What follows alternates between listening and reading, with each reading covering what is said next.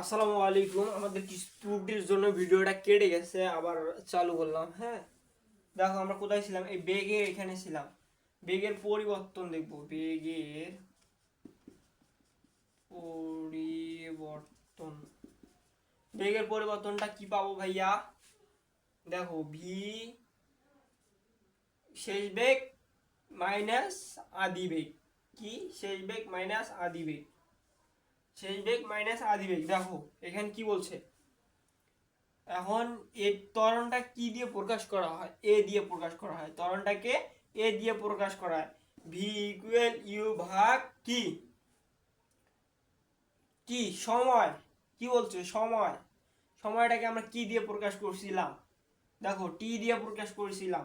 এখানে আমাদের ত্বরণটা কি বের হলো? ত্বরণ থেকে একটা কনসেপ্ট বের হলো। কি বের হলো? কনসেপ্ট বের হলো। এটা একটা কি ভাইয়া? সূত্র। এটা কি একটা সূত্র? এটা একটা হলো সূত্র। কি সূত্র? দেখো, ত্বরণের একক দেখবো। এখন আমরা কি দেখবো? ত্বরণের একক। ত্বরণের একক। ত্বরণের একক কি? Metre per second square. Metre per second square. মাত্রা ইকুয়াল কি? মাত্রাটা কি ভাইয়া? মাত্রা কিটা কি বলো? LT inverse two. LT inverse two. LT inverse two. দেখো আবার দেখবো আমরা। ত্বরণটাকে ত্বরণের সংজ্ঞাটা কি? সময়ের সাথে বেগের পরিবর্তনের হারকেই ত্বরণ বলে। কি বলে? ত্বরণ বলে। হ্যাঁ, বেগের বেগ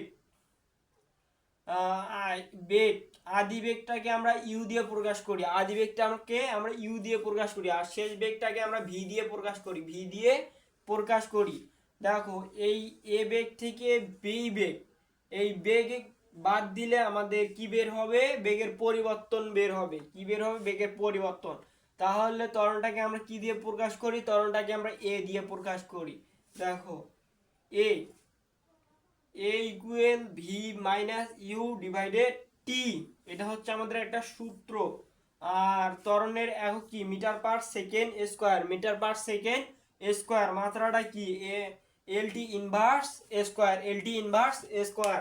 এখন আমরা কি দেখব? একটা কোশ্চেন সলভ করব। কি সলভ করব?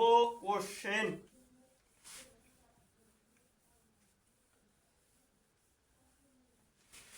দেখো আমরা একটা কোশ্চেন সলভ করব। কি কোশ্চেন সলভ করতে পারি?